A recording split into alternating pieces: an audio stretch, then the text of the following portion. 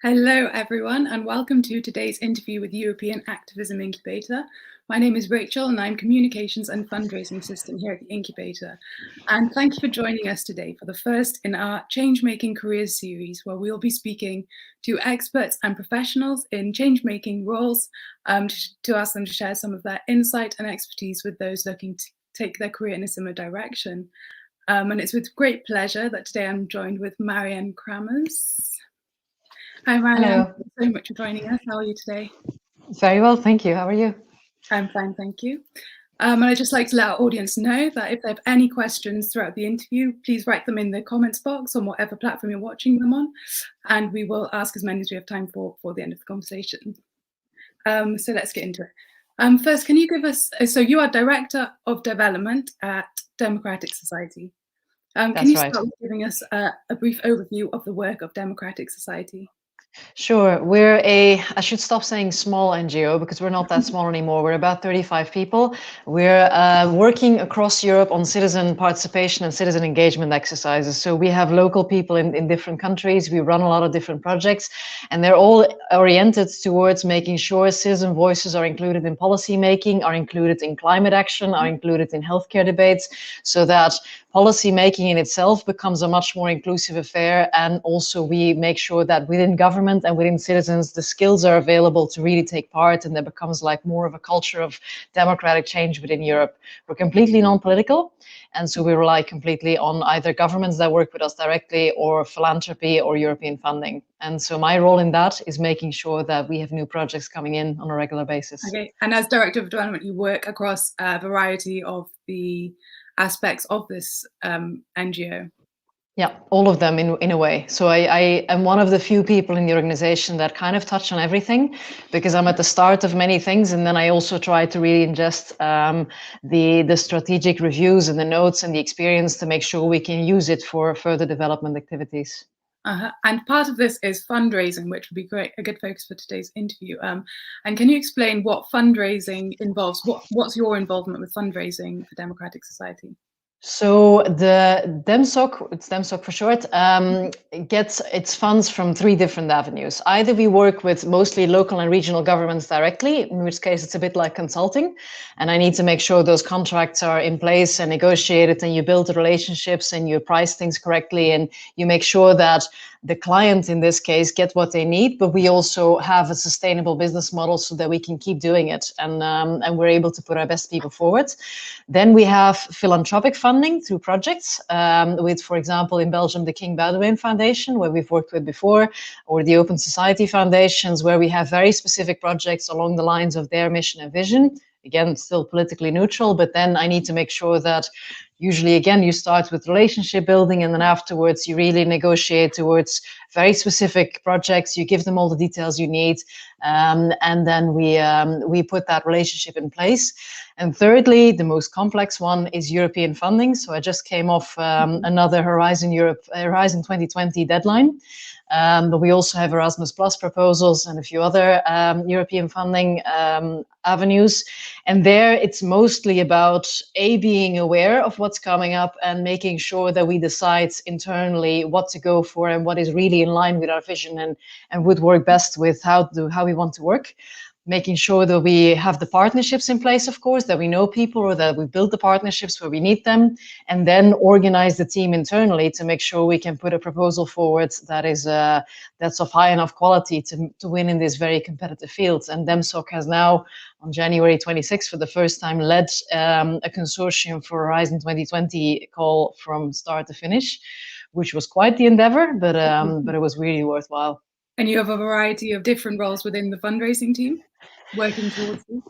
It's kind of pulling people in as and when. So in November to January, we had 18 people within the team in total working on development, just because we needed so many experts on and so many bodies just to write and help coordinate.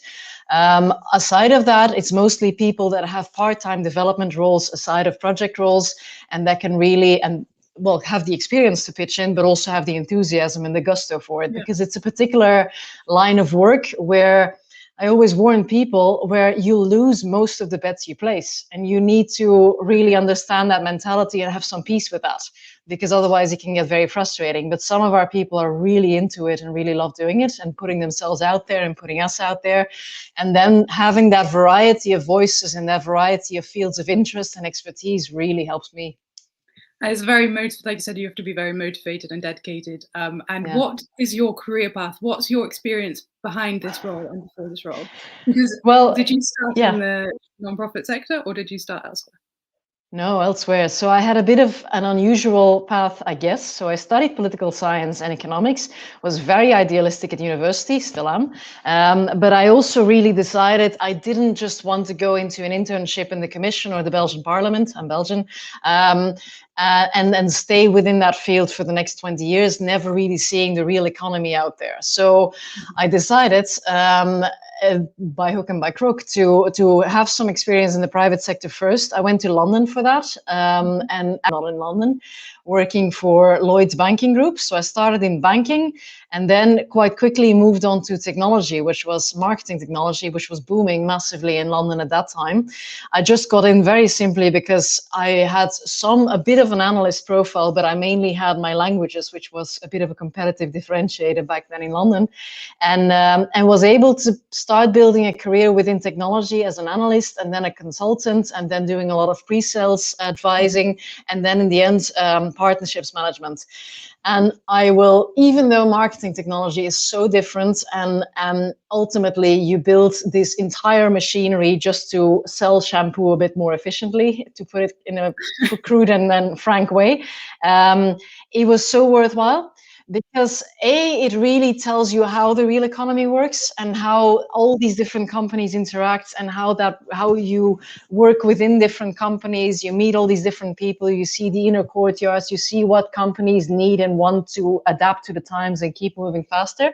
And it also really taught me how, because all of these are startups and all of these are really growing fast, it really taught me very quickly how to effectively build a business and how to set out strategies and execute on them, and have the legal side in there, have a finance side in there, have a marketing side in there, and just build it all up from scratch. And so to this day, what I enjoy most, and I really got it from that time, is build something from nothing into a standing structure that can then survive on its own and really bring in revenue on its own. And I will always defend the private sector to a large extent. Of course, it needs to be regulated very much, but it is what provides most of our economy with an income and with taxes.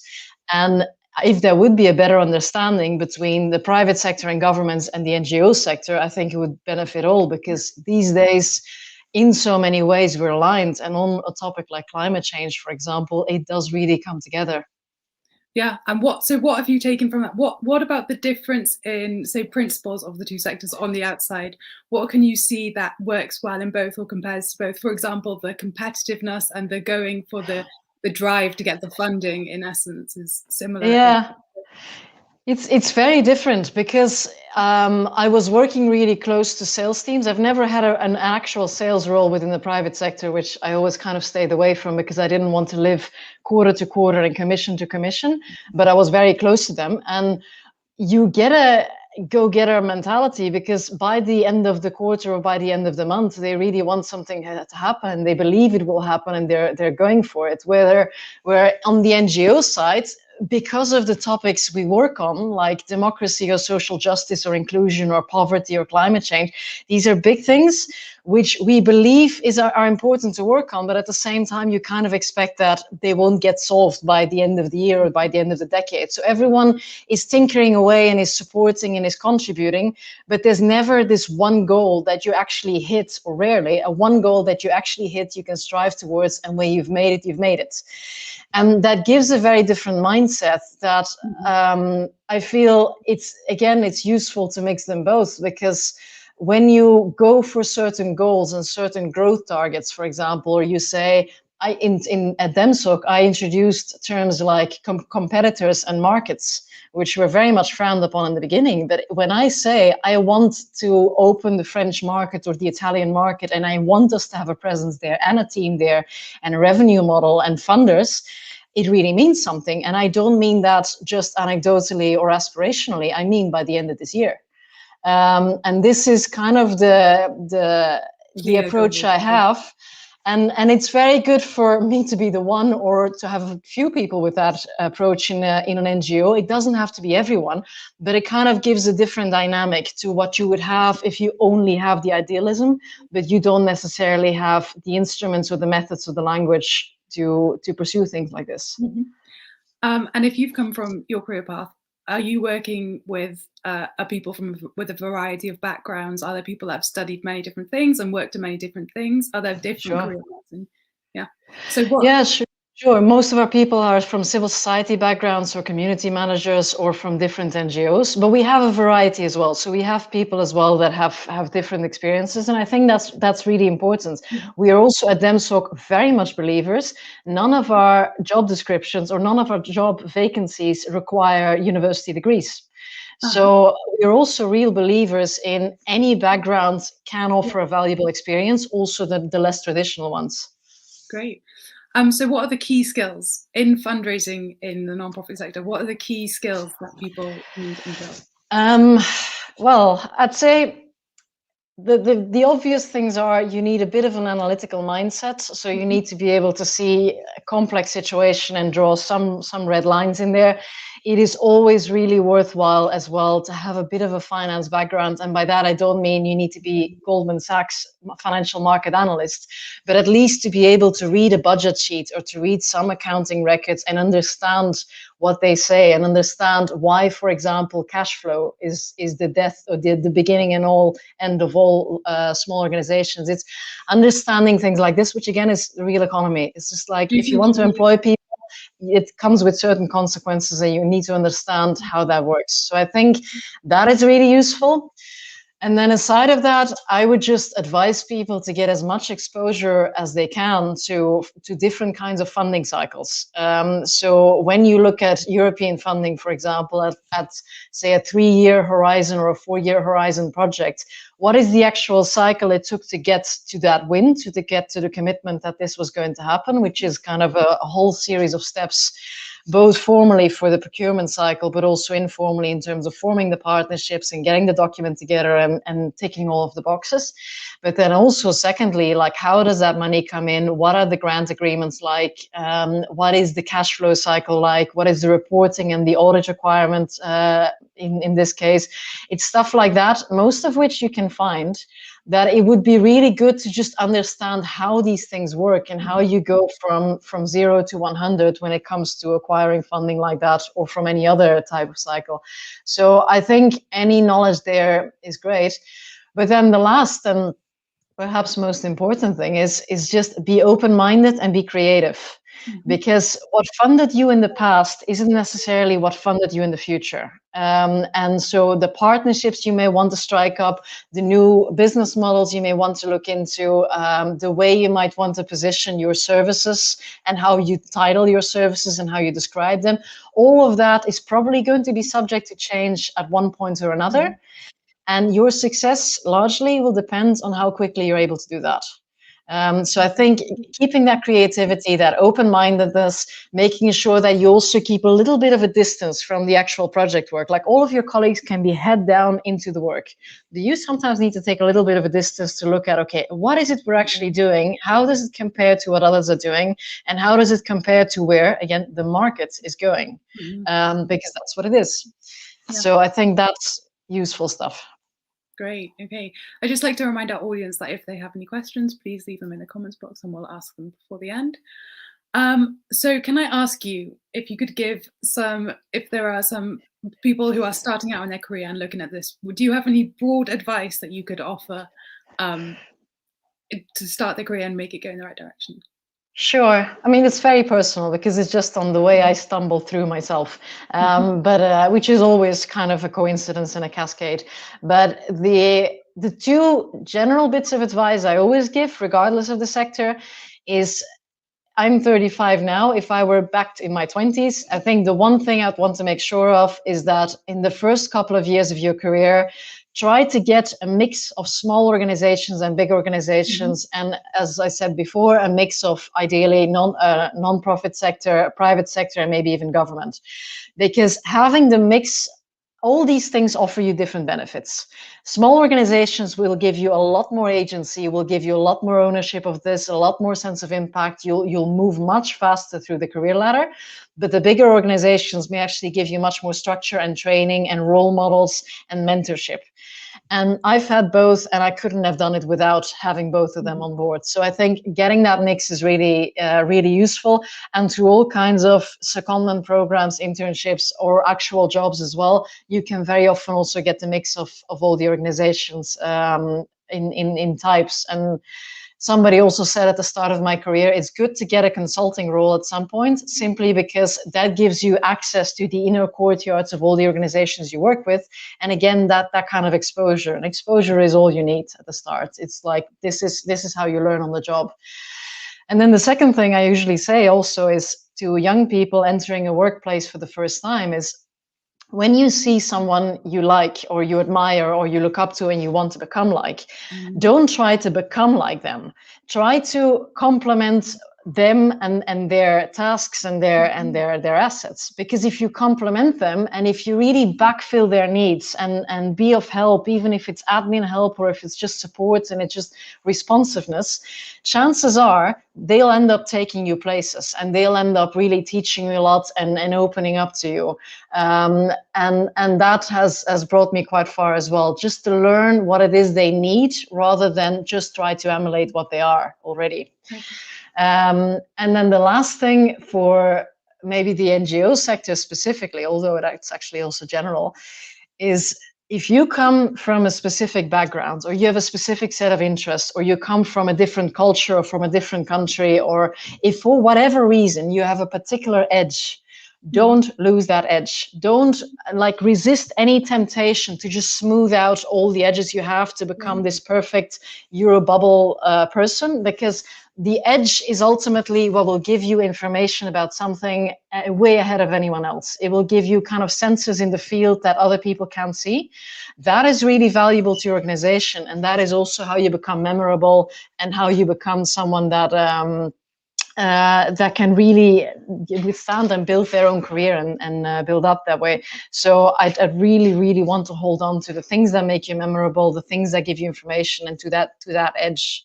I think that's above all important. And yeah, just also to finalize, it's like a lot of people have mentored me at the start of my career and have helped me. So I'd also want to extend the invitation that if anyone wants to get in touch with me directly, I'd be more than happy to have a chat and see how I can help. Perfect. Thank you so much. What wonderful advice. And we have a question from Laura. Sure.